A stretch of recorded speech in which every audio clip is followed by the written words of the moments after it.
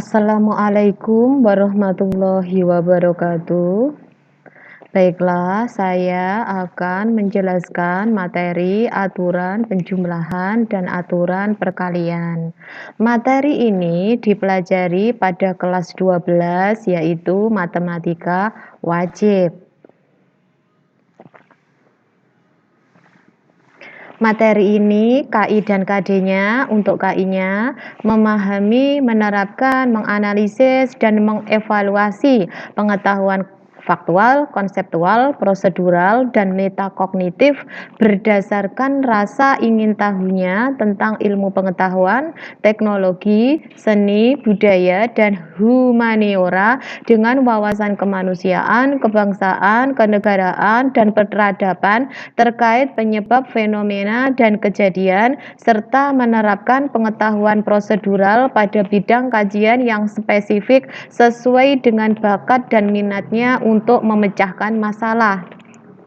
KD-nya yaitu KD 3.3 menganalisis aturan pencacahan, yaitu aturan penjumlahan, aturan perkalian, permutasi, dan kombinasi melalui masalah kontekstual.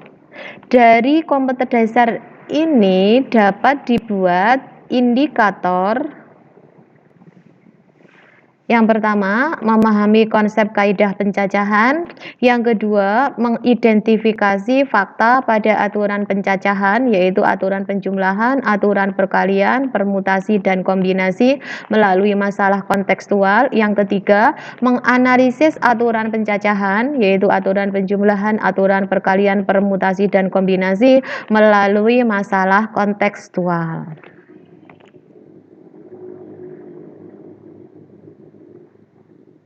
Untuk materinya, kita bahas terlebih dahulu mengenai aturan penjumlahan. Konsep dari aturan penjumlahan, jika terdapat N kejadian yang saling berlainan, di mana K1 adalah banyaknya cara pada kejadian pertama, K2 adalah banyaknya cara pada kejadian kedua, sampai Kn adalah banyaknya cara pada kejadian ke-N. Maka banyaknya cara untuk N kejadian secara keseluruhan adalah K1 tambah K2 sampai tambah Kn. Aturan penjumlahan biasanya digunakan untuk beberapa kejadian yang tidak dapat terjadi secara bersamaan dan biasanya menggunakan kata hubung atau. Untuk lebih memahami, kita lihat contoh soalnya, yaitu dari kota A ke kota B ada beberapa jenis angkutan yang dapat digunakan. Ada 4 travel, 2 kapal laut, dan 1 pesawat terbang yang dapat dipilih. Ada berapa total cara berbeda untuk berangkat dari kota A menuju kota B?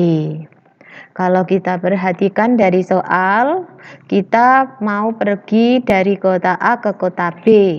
Bisa naik travel atau kapal laut atau pesawat terbang.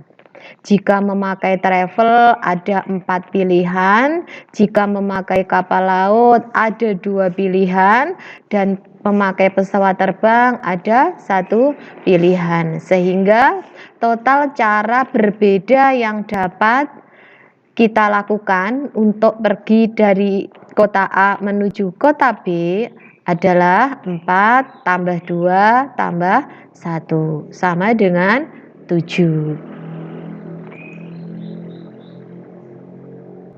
Untuk materi aturan perkalian, jika suatu kejadian dapat terjadi dalam N tahap yang saling berurutan, di mana tahap 1 dalam M1 cara, tahap 2 dalam M2 cara, sampai tahap ke N dalam MN cara. Maka banyaknya cara kejadian tersebut adalah M1 kali M2 sampai kali Mn. Aturan perkalian biasanya digunakan untuk beberapa kejadian yang terjadi secara bersamaan dan biasanya menggunakan kata penghubung dan. Kita lihat contohnya. Budi mempunyai 3 baju berwarna putih, coklat, dan batik. Ia juga memiliki 2 celana berwarna hitam dan coklat. Ada berapa pasang baju dan celana dapat dipakai dengan pasangan yang berbeda? Untuk mencari banyaknya cara, kita bisa mendaftar, kita bisa menggunakan aturan perkalian. Cuma kalau dengan mendaftar, kelemahannya jika pilihannya sangat banyak, kita mendaftarnya juga sangat panjang. Kita lihat bajunya ada 3, putih, batik, coklat. Celananya ada 2, hitam, coklat. Dari sini kita lihat pasangan-pasangan yang mungkin. Untuk baju putih, celananya bisa hitam, bisa coklat, sehingga putih, hitam, putih, coklat. Untuk yang bajunya batik, celananya bisa hitam, bisa coklat, sehingga kemungkinannya batik hitam, batik coklat. Untuk yang bajunya coklat, celananya bisa hitam, bisa coklat, sehingga kemungkinannya coklat hitam, coklat, coklat. Dari yang sudah kita data, ternyata kita menemukan 6 pasang baju dan celana yang berbeda. Sekarang, jika kita menggunakan aturan perkalian, memakai baju dan celana. Baju yang mungkin bisa dipakai ada berapa pilihannya? 3. Celana ada berapa pilihannya? 2. Sehingga banyaknya cara ada 3 kali 2 sama dengan 6.